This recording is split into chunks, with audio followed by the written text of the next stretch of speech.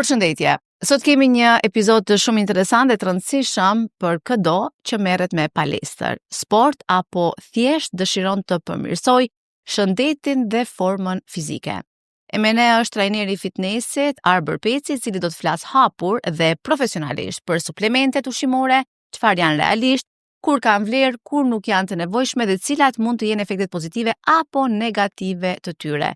Në një kohë kur tregu është i mbushur me produkte dhe premtime të shpejta, sot do të mundohemi të ndajmë mitet nga e vërteta dhe t'ju japim informacion që ju ndihmon të bëni zgjedhje më të mençura.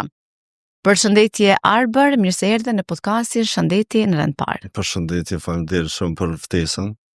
E kemi një temë shumë të rëndësishme të cilën ne kemi zgjedhur bashk, por edhe me ndihmën e qytetarëve me të cilën ne kërkojmë vazhdimisht që të kemi tema të cilat atyre ju interesojnë, edhe njëra ndër to është dhe suplementet, përdorimi i tyre, efektet, rëndësia. Hajde të shkojmë tek pyetja e parë Arber, me që realisht t'ju tregojmë shikuesve se çfarë janë suplementet në fitnes dhe pse po përdoren kaq shumë në ditët e sotme. Suplementet nuk janë, nuk e kanë atë rëndësinë e ushqimit, por e plotësojnë mungesën e një diete e cila nuk mund të realizohet ashtu siç duhet. Është shumë me rëndësi me kuptu që fillimisht baza kryesore është ushqimi. Pastaj në rast se ka vështirësi në zbatimin e asoj diete apo të ushqimit, duhet me përdor suplemente shtesë që mi mbush ato zbrastira. Domethënë ka raste kur dikush nuk ka nevojë hiç për suplemente, ka raste kur dikush e ka të nevojshme për suplemente për me arrit qëllimin e caktuar. Në Kosovë, po edhe në përgjithësi në botë është keq kuptuar çështja e suplementeve, shkaku që marketingu bëhet i tillë për mo keq kuptu. Domethënë marketingu bëhet i tillë që njerëz që nuk kanë një orit mjaftueshme ti besoj që ato do të bëjnë mrekulli, ato janë magji, ato do të sjellin deri tek qëllimet që ata i kanë, ku në realitet nuk e kanë atë funksionin aq të rëndësishëm sa prezantohet, në rast se nuk është ushqimi prezent, ushqimi i duhur. Pra baza e parë është ushqimi, për të arritur efektet e nevojshme. Më pastaj, nëse nuk arrihet ajo çka pritet të arrihet, mund të bëjmë dhe përdorimin e suplementeve. Arber, më thuaj, pse ka kaq pak informacion sa i përket suplementeve në vendin tonë, edhe pse e dim që përdorimi i tyre është i madh? Informacione besoj ka mjaftueshëm, por nuk ka të sakta. Nuk ka informacione se si duhet të përdoret diçka. Edhe gjithë kjo është se ata që kanë njohuri, trajnerat personal e mbojnë si sekret. Shkaku që në rast se qytetarët ose gjithë ata që merren me sport kanë njohuri të mjaftueshme për këto, atëherë pse ju duhet një trajner personal, kështu që e kam vrejt edhe vetë gjatë kohës so kam ushtruar me trajnera personale, ata tregojnë përdore këto, përdore ato, po nuk tregojnë pse duhesh me përdor, nuk tregojnë shpesh edhe t'i ndrojnë ashta dozat, veç me të bo ma konfoz, kështu që është ata mundohen me rujt atë reputacionin e vetë, trajnerat personal, ku ish dasht me qenë e kundërta. Pra do më thënë pasi podcasti, trajnerat duhet të stepen në dhënien e suplementeve tek ata që vinë trajnohen tek ta. Mirë, Arber, po më vjen shumë mirë që ju si trajner profesional keni ardhur pikërisht për të folur për këtë temë, për suplementet, dhe për të nxjerrë në pa të vërtetat e tyre dhe rëndësinë dhe mbi gjitha përdorimin e tyre tek qytetarët të cilët merret me fitness. Mirë, flasim për proteinën whey, kur është e nevojshme dhe kur nuk sjell ndonjë përfitim real. Mirë, terminologjinë e tyre ndoshta më mirë e theksoni ju sa i përket këtyre emrave të suplementeve. Besoj në të fillon me përdor. Në një të ardhme. Whey është proteinë, e cila mundohet me plotësu mungesën e proteinës ditore, siç e tham. Ushqimet cilët përmbajnë proteinë, në këtë rast për shembull është mishi i kuq, mishi i bordh, peshku, vezët, gjiza, janë proteina, do më thonë përmbojnë protein, ku ajo protein llogaritet për secilin person veçmas se soj duhet një personi protein për me mirëmbajt peshën trupore, për me rrit masën muskulore apo me humb masën dhjamore. Përcaktohet një sasi e caktuar të proteinës, ku pastaj e sheh në rast se ke hangër mish mjaftueshëm ose vezë ose nuk ki nevojë për protein shtesë që është në formë pluri. Po në rast se tik ndonjë racion shkaku i mbi ngarkesës në punë ose nuk arrin me mu ushqy tamam ashtu, atëherë thjesht e plotson me një racion i cili racion mundet me qenë 25 deri në 35 gram protein, e ka në një shake cilin e përgatitin, edhe e pen, do më thonë shejkun, që në realitet e bën atë kompenzimin total në fund ditës. Në rast se është dashur me konsumu 200 gram protein, ndodh me ushqim i ke konsumu veç 150, atëherë edhe 2 racione tjera i shton whey për me arrit atë bazën cilën është dashur me arrit me ushqim, por nuk ja ke dalë. Mirë, po kazeina, në çfarë rastesh ka avantazh ndaj kësaj proteine që veç folëm? Whey është proteinë shpejt, hyn në gjak shumë shpejt, edhe preferohet në rastet kur i përfundojmë ushtrimet, shkaku që krejt energjinë e kemi shpenzu, edhe krejt materiet ushqyese i kemi shpenzu gjatë stërvitjeve, atëherë na duhen ushqime që depërtojnë shpejt në gjak. Whey e ka atë rëndësinë, ndërsa kaseina është lloj proteinës e cila tretet ngadalë, hyn në gjak ngadalë, qëndron më gjatë duke u absorbuar, domethënë në muskuj. Kaseina përdoret vetëm para gjumit, preferohet vetëm para gjumit, shkaku që 8 orë flajmë ose 7 orë, atëherë na duhet një qëndrueshmëri e proteinës në gjak. Ndërsa whey ajo përdoret zakonisht, siç e thash, mas ushtrime, sepse tretet shumë shpejt, zhduket shumë shpejt, kjo është dallimi. Në rregull. Po aminoacidet esenciale dhe BCAA-ja, a janë realisht të nevojshme për personat që stërviten? Aminoacidet, proteina whey zbërthehet në aminoacide, pastaj aminoacidet janë ato që e bëjnë rregullimin, rikuperimin e indeve muskulare të cilët i dëmtojnë gjatë stërvitjeve në fitness. Kështu që BCAA-ja ose këto aminoacidet esenciale janë produkti final, i cili thjesht nuk ka nevojë mos zbërthy, po direkt dëpërton në gjak edhe në muskuj. Aminoacidet në rast se dikush ushqet shëndetshëm dhe mjaftueshëm nuk ka nevojë për asnjërin prej këtyre, siç e thash edhe më herët, por në rast se dikush ushtron që plot ushtrojnë mëngjes pa ushqy, atëherë e kanë nevojshme me përdor gjatë stërvitjeve edhe pas stërvitjeve aminoacide. Shkaku që ju duhet energji, ju duhet ushqim, që në realitet përquaj edhe këtë ushqim gjatë stërvitjeve. Ata 8 orë që ndrojnë gjumë, kështu që në mëngjes kur zgjohen e kanë gjendjen katabolike, janë gjendje të lodhë, nuk janë gjendje me ushtruat shumë, por nëse ushtrojnë ata thjesht mundën veç me dëmtu veten. Kështu që këto e luajnë që atë rolin për me mbrojt masën muskulare, me pas fokus ma shumë, me pas energji, me mujt me funksionu tamam gjatë ushtrimeve. Kreatina, pse konsiderohet si suplementi më i studiuar dhe më i sigurt për fitness? Për kreatinën është bërë aq shumë marketing so që nuk ka person që ushtron o nuk e përdor. Fokusin kryesor e kanë te kreatina. Kreatina është një suplement e cila zakonisht merret bashkë me glutaminën, unë i quaj shpesh glutamina dhe kreatina motre vëlla, kombinohen bashkë, por shumica përdorin vetëm kreatinën. Këto shërbejnë në rigjenerimin e energjisë ato për ato. Është një energji e cila e cila aktivizohet gjatë një ushtrimi, për shembull me 15 përsëritje, edhe në momentin që harxhohet energjia lodhesh, pret mu rigjeneru energjia, ndërsa në rast se përdor kreatin glutamin, energjia rigjeneruese është shumë e shpejt.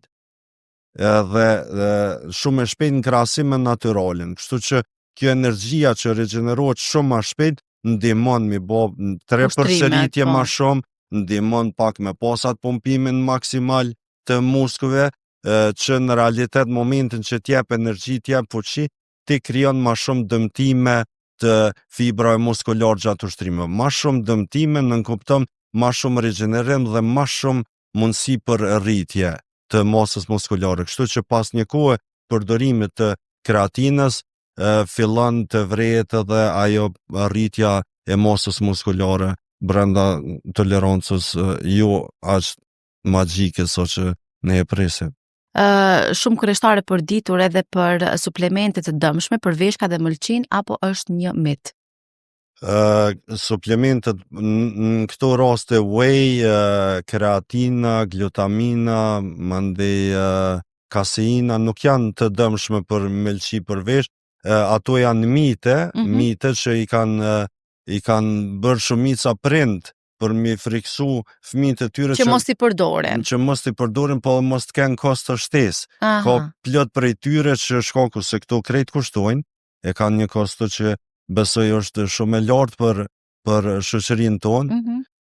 Mirë, po i përdoren. I blen, po i blen, ka plot raste që dikush ndoshta kur sen aq shumë ose thot gjysën tash i paguaj gjysën, nuk e din që fokusi duhet me qenë te ushqimi, edhe ushqimi është shumë më i lirë se sa vetë këto suplementet. Dëmshme nuk janë, përveç në rast se egzagerohet me sasinë e tyre, ka raste dikush, unë shpesh them, pasioni i madh për diçka shpesh është më shumë pengesë se sa që është mundësi. Dikush nuk ka një rit mjaftueshme, ka aq shumë pasion me pret mrekullina edhe e tepron me doza. Ato dozat e tepërta kuptohet që kanë efekte anësore, për ndryshe në rast se përdoren sipas udhëzimeve, edhe këto sigurisht që preferohen pas moshës 18 vjet, vetëm në raste specifike të dikush më i ri që mjeku i preferon, i preferon mjeku edhe është e nevojshme për të, për ndryshe nuk janë të dëmshme.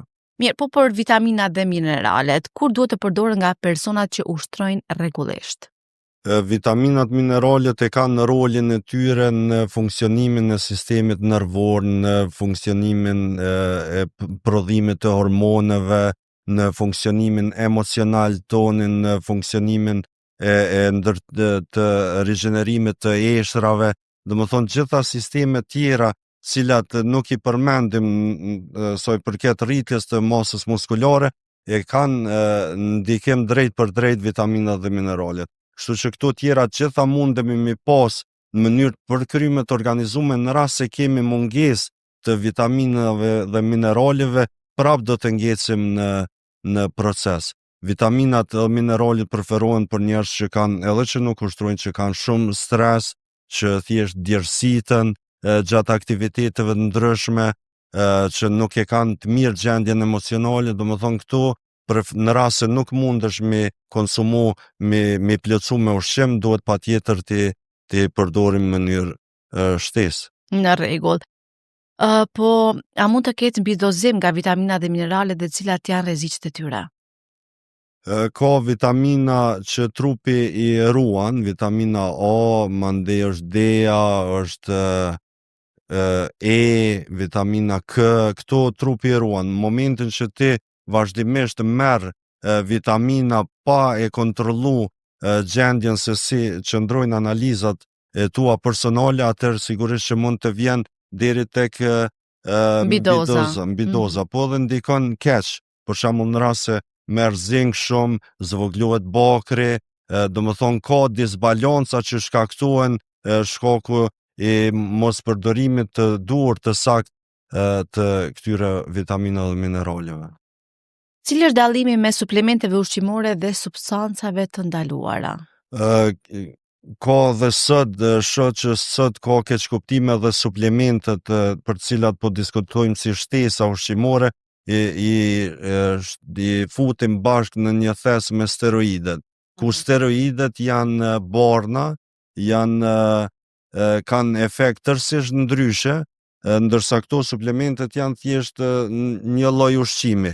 Steroidet janë të dëmshme, në rast se nuk din me përdor tamam çysh duhet, ose nëse nuk e ki gjendjen e mirë fizike, sepse ka raste kur dikush e ka ndonjë smundje të fshehur, që në realitet ai nuk e din, dhe momentin që fillon me përdor steroide, atëherë atij u keqësohet gjendja, edhe personalisht nuk i preferoj, nuk i propozoj askujt me përdor steroide, sepse duhet patjetër në udhëzim të mjekut edhe në përsjellje të vazhdueshme të shëndetit, që në realitet edhe ka kosto shumë. Pra steroidet janë barna. Barna. Barna që nuk bën të pihen pa rekomandim të mjekut, të profesionistit mjekësor. Mirë. Por kur dikush dëshiron të dobësohet, cila suplemente kanë realisht kuptim të përdoren në këtë rast? Secili klient kur vjen në fitness, unë i them ushqimi është këmisha, ndërsa suplementet është kravata. Duhet të fokusohemi fillimisht në ushqim. Me dobësim ne kuptojmë një sasi caktuar të kalorive që na duhen për me funksionu, por duhet të nënkuptojmë që një sasi të caktuar të kalorive duhet me shpenzu. Domethënë çdo herë duhet me shpenzu më shumë se sa që kena konsumu. Po në rast se këto kalori që i kena konsumu janë shumë të ulta, nuk ka proteinë të mjaftueshme, atëherë gjatë humbjes peshës ne humbim muskuj, humbim gjërat e vlefshme në trup, që në realitet është e dëmshme. Ka plot raste tash që dikush i humb 10 kg brenda mujit, por nuk e din që ka humb gjëra të vlefshme, domethënë muskuj të vlefshëm. Për me rujt këtë masën muskulare, atëherë duhet me përdor suplemente në rast se nuk arrin me kompenzu krejt me ushqim. Suplementet cilet mund të përdoren është whey, e cila zakonisht përdoret pas ushtrimeve, që thash tretet shumë shpejt në gjak, edhe ajo i duhet trupit pas ushtrimeve. Mandej është suplementi L-karnitina, e cila ndihmon procesin e dobësimit. Është pre-workout, është një prej suplementeve që ndihmon në rritjen e performancës, fokusit dhe energjisë. Vitaminat minerale janë të pashmangshme, kështu që unë këto i kisha propozu me përdor dikush në rast se nuk mundet me. Po ai që dëshiron të shtoj peshë dhe masë muskulare, pra cilat janë më të përshtatshme që të përdoren? E kundërta asaj që tham. Po gjithë, domethënë këto proteina whey preferohet edhe në këtë rast, por preferohet edhe kaseina para gjumit. Mandej L-karnitina nuk preferohet në këtë rast, sepse ajo ndihmon për dobësim. Pre-workout është domosdoshme jo, por e nevojshme shpesh para ushtrimeve në të dy rastet, shkaku që t'jep shumë energji, shumë fokus, po nuk bën mjaft tepru. Te pre-workout është pak më e rrezikshme si suplement. Mandej vitaminat mineralet, siç e tham më herët, që kanë rëndësi në të gjitha rastet, edhe është suplementi dextroza, është një lloj karbohidrati i thjeshtë që ndikon në rikthim të energjisë së humbur gjatë ushtrimeve. E përmende L-karnitina, a ndihmon realisht në djegjen e yndyrës apo është më shumë si marketing? L-karnitina ka ndikimin e vet në rast se i kemi rregullu dietën, në rast se jemi në deficit. Momentin që dieta unë shoh plot nuk e kanë të rregulluar me ushqimin, dietën, por fokusohen në L-karnitin. Domethënë kjo në atë rast nuk e ka atë ndikimin e vet që duhet me pas. L-karnitina çka bën gjatë ushtrimeve, në vend që trupi me shfrytëzu glukozën për energji, L-karnitina mundson që yndyrën me shfrytëzu si energji. Domethënë e ka një rol të rëndësishëm gjatë stërvitjeve, përdoret 30 minuta para ushtrimeve, zakonisht gjitha suplementet që përdoren para ushtrimeve përdoren 30 minuta para ushtrimeve, se 30 minuta zgjat procesi tretjes derisa ato të absorbohen në gjak. Po për kolagjenin, a mund të flasim se për kë është realisht i dobishëm dhe kur nuk ka efekt? Kolagjeni sfundi ka bën një marketing ekstrem, e shohim çdo kohë në përbanatore, në internet, në TikTok, në gjitha rrjetet sociale. E ka atë rëndësinë e vet është për ata që kanë problem me nyje, nyje të gjojve, durve, çdo kohë që ka nyje, ka ndikimin e vet në lëkurë, vrehet dukshëm ndryshimi i lëkurës pas përdorimit të kolagjenit, në flok, domethënë në rigjenerimin e flokëve, në thoj, po zakonisht përdoret për këto, nuk përdoret për rritje të masës muskulare, edhe pse kolagjeni është protein njëjtë e llojet sikurse whey, e familjes njëjtë, duhet të them. Kolagjeni përdoret në mëngjes 30 minuta para ushqimit, edhe ka ndikimin e vetë, sidomos ndoshta te mosha më e shtyr që kanë probleme gjithë me nyje, me dhimbje, preferohet. Mirë, nga këto simptoma që ju i dha, nga këto efekte që ju thatë, për më thënë shihet efekti tek fytyra, tek lëkura, nyjet e këto, që ka për gratë? Kolagjeni. Apo edhe për burrat? Edhe për burrat. Po më shumë kuptohet që përdorin gratë. Okej. Sepse edhe unë kam parë shumë disa marketing të shkurtra në për rrjetet sociale dhe sidomos të videoreelsat të shkurtra, me të cilat po i bëhet marketing shumë i madh kolagjenit. Duhet me pas kujdes tani në këtë rrotë të kualiteti. Ka produkte që nuk janë kvalitet, ka produkte që nuk e kanë atë përmbajtje cilën thuhet, kështu që këtu mandej fillon zhgënjimi prej produkteve, sepse ka raste dikush i përdor, nuk funksionojnë, nuk e vren efektin. Janë disa firma të saktuara, kompani që ne duhet ju besojmë? Personalisht apo ka ndonjë etiketë veçantë që e kanë kompanitë dhe janë pikërisht ato origjinale që ne duhet të konsumojmë? Duhet thjesht me analizu kush pe prezanton atë suplemente dhe kush a qëndron ai në treg, a ka ankesa ndaj tij, se ka raste që dikush shet sjellin suplemente prej Greqisë, vendeve tjera që në realitet nuk ka kur farë përbërje brenda saj, por njerëz që nuk din e gjejnë çmimin shumë atë lirë edhe i blejnë duke prit atë efektin që në realitet është. Do të thënë këshillat ne duhet i presim nga trajnerët, cilët kanë njohuri mbi këto suplemente. Po, saktë. Okej. Mirë, flasim pak për pre-workout, cilat janë përfitimet reale dhe cilat janë rreziqet nga përdorimi i këtij suplementi. Pre-workout përdoret në të dy rastet, edhe për humbje peshe dhe për rritje të peshës, sepse ka qëllimin për me të shty me ushtru më shumë edhe më gjatë. Ndikon unë vetë përdori pre-workout, edhe shoh afër 30% të energjisë e rrit trupin, ushtron krejt ndryshe prej asoj natyrales, është ai motivi brendshëm që ti veç e din që e ke pi dhe tash ndikon me të motivu. Kështu nuk shihesh që ushtron arbër. Pak shaka. E kuptoj. Unë mundohuna paralelisht jetës, biznesit, edhe më kujdes për shëndetin fizik. Në rast se fokusohesh tek forma trupore, atëherë duhesh me lënë anash sfera tjera. Kështu që unë në bazë kësaj shpesh e them, nuk i gjykoj në bazë pamjes njerëz a janë suksesshëm sfera ndryshme apo jo.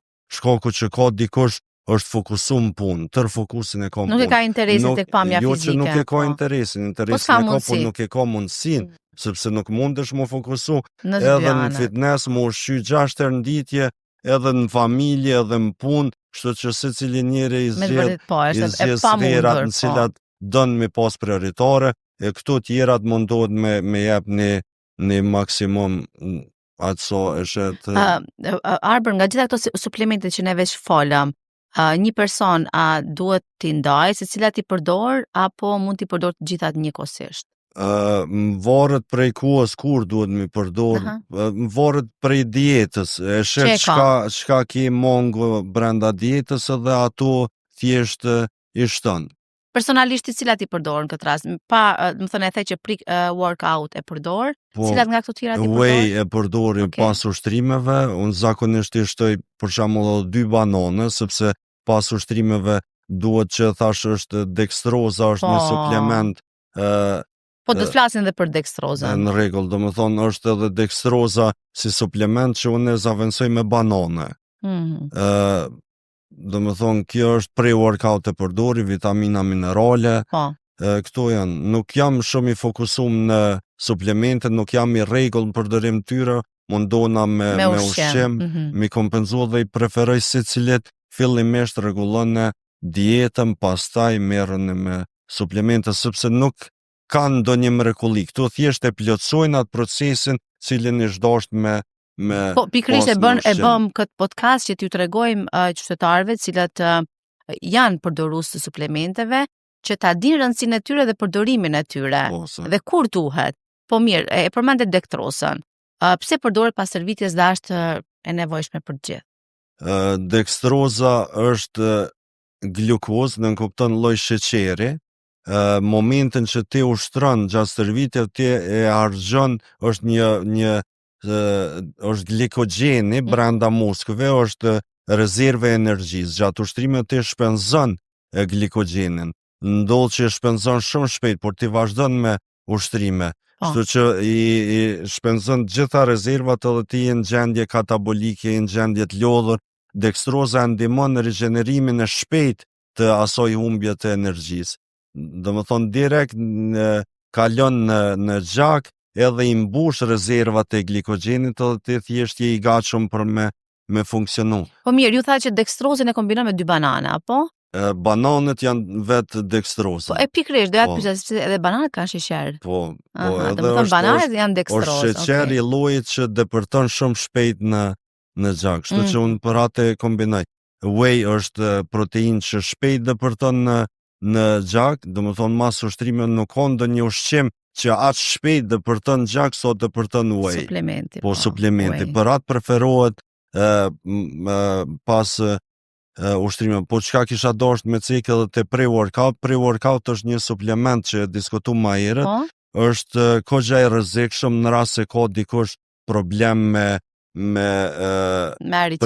aritmi, me presion gjakut, në kupton, mandej me probleme me gjumë, shkakton ankth në rast se nuk din nëse përdor më shumë, po ka raste edhe shkakton edhe vdekje në rast se përdor sasi të mëdha.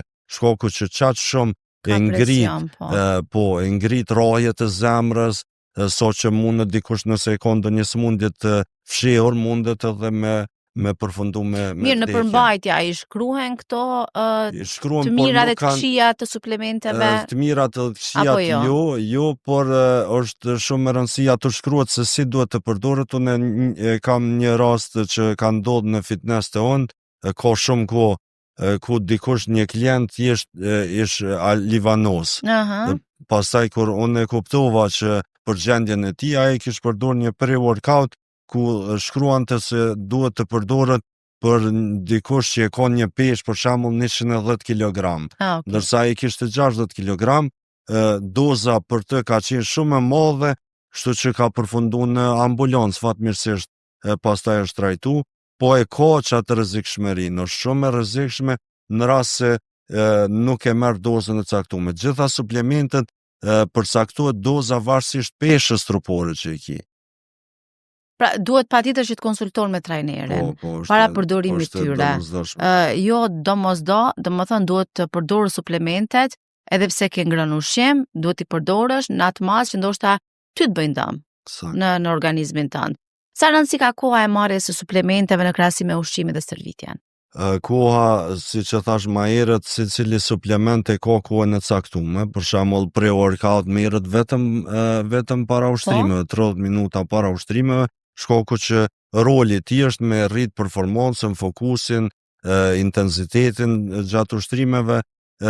Po është më rëndësi me ditë që pas orës, për shembull 16, nuk bën me përdor shkaku që mbet pa gjumë.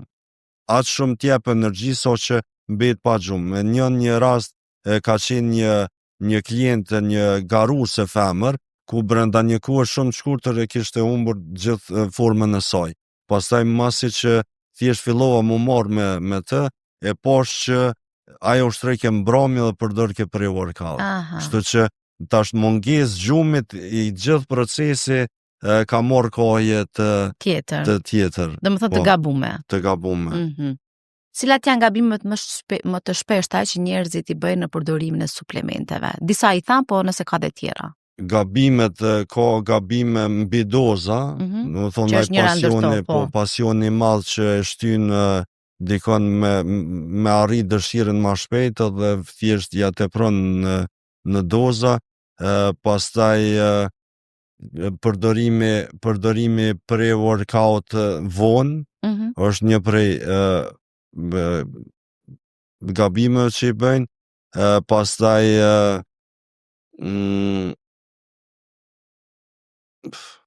janë dhe disa tjera. Po, ka plot gabime që i bëjnë gjatë përdorimit të këtyre suplementeve. Po unë po thash edhe një herë, do të thënë duhet patjetër një këshill e një trajneri që këto suplemente të përdorën në mënyrën e duhur, që mos ta kemi këtë gabimin e kësaj garuesës që veç e përmendet si shembull, që mos shkoj domethënë doza ose përdorimi i tyre në një që nuk do ta donte askush.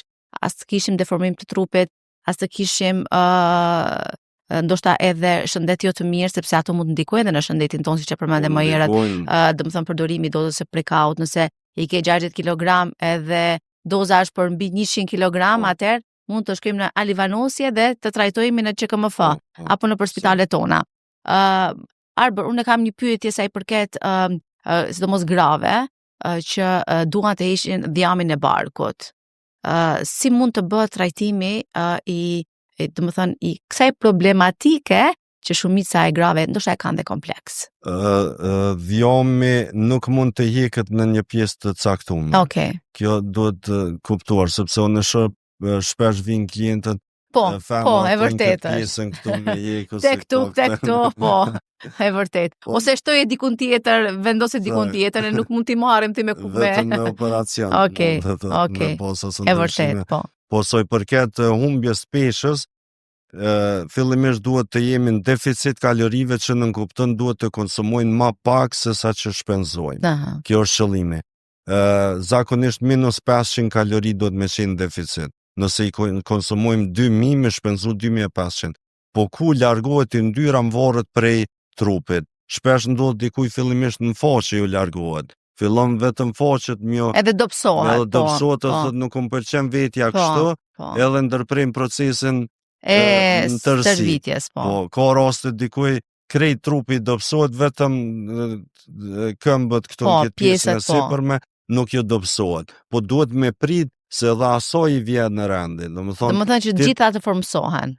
Sakt, domethënë duhet me prit me funksionu procesi deri në pikën e fundit që edhe ajo mbetja më vogël e dhjamit edhe ajo mu largu. Po jo mu ndal në mes të procesit. Konsistencë, vazhdimsi deri sa thjesht. Zakonisht sa zgjat Arbër kjo pjesa e formësimit një trupi?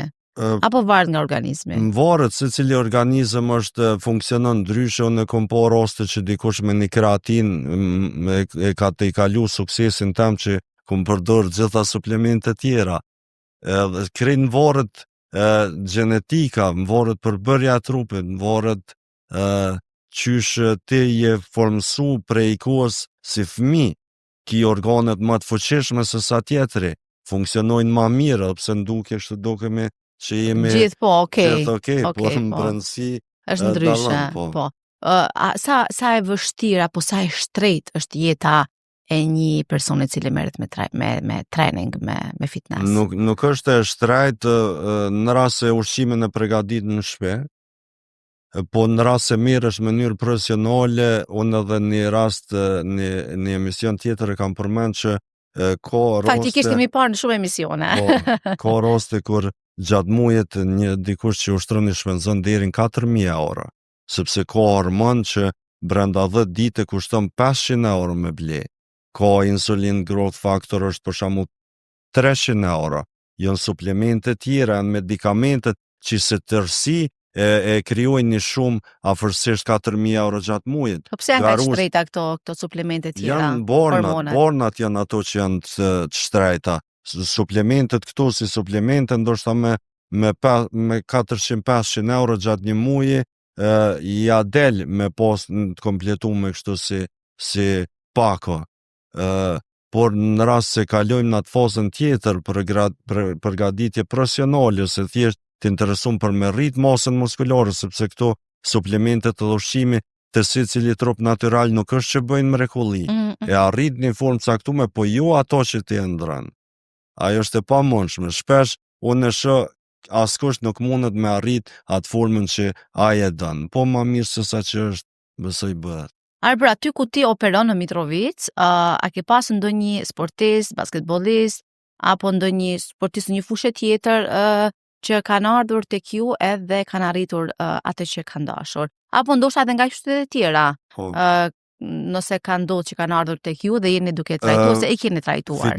Fitnessi e ka rolin e vet si tek futbollerët, tek basketbollistët, teniserët, të gjithë sfera tjera sportive. Po pse nuk dallon ushtrimi nga ushtrimi? Jo, nuk dallon. Domethënë këtu te qëllimi te fitnessi është qëllimi me nxit, mo zhvillu, mo forcu gjithë muskujt e trupit.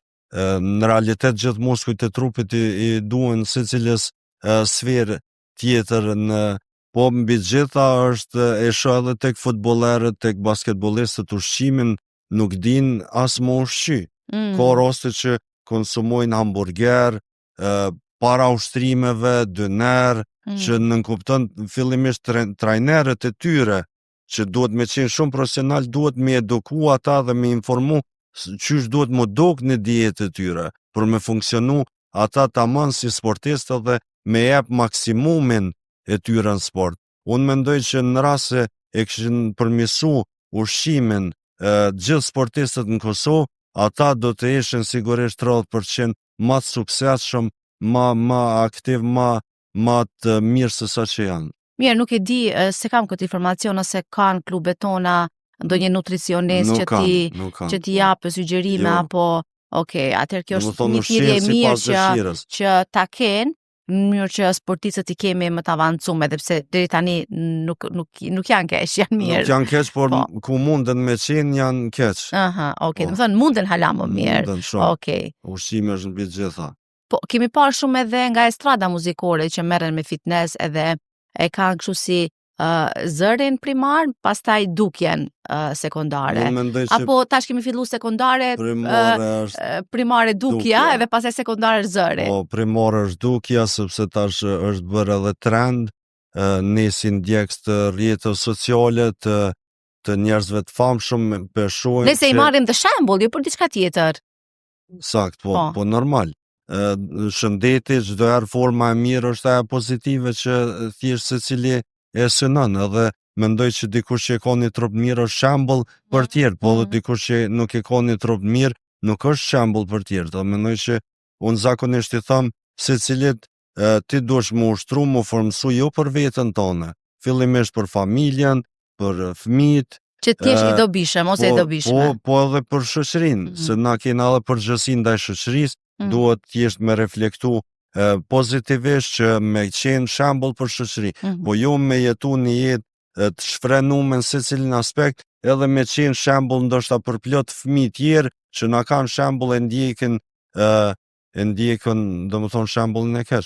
Çfarë është më rëndësi edhe me cik tek këto materie të ushqyese, një mit që është shumë qarkullon tek ne, është a ndalon rritjen fitnessi. Domethënë ka raste kur dikush ngec në zhvillim, shkaku që ushtron. Edhe kështu ka met si met. Edhe ajo është e vërtetë. Në rast se një trup, një fëmijë, një i rritën nuk e ka dietën e duhur me gjitha materiet ushqyese ose nuk e plotson me suplemente, atëherë ai ngec në zhvillim.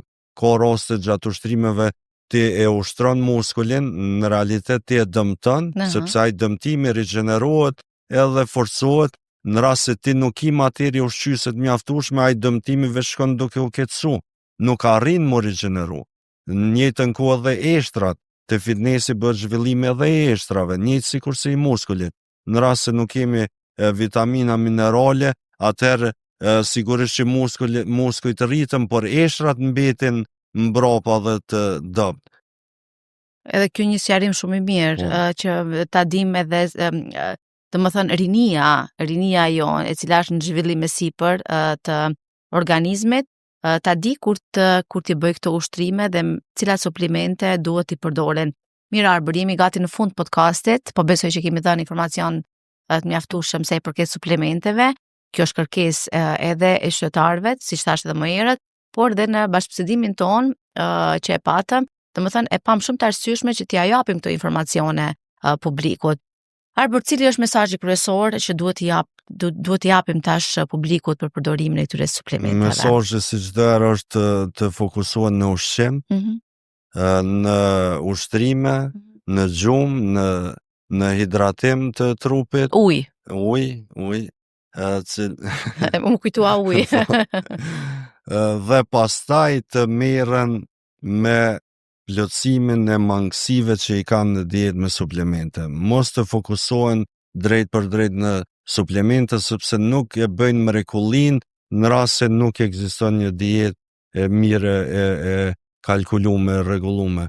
Soi përket gjithë kësaj, domethënë është kjo, fokusi në ushqim, në ushtrime, në gjumë dhe në hidratim.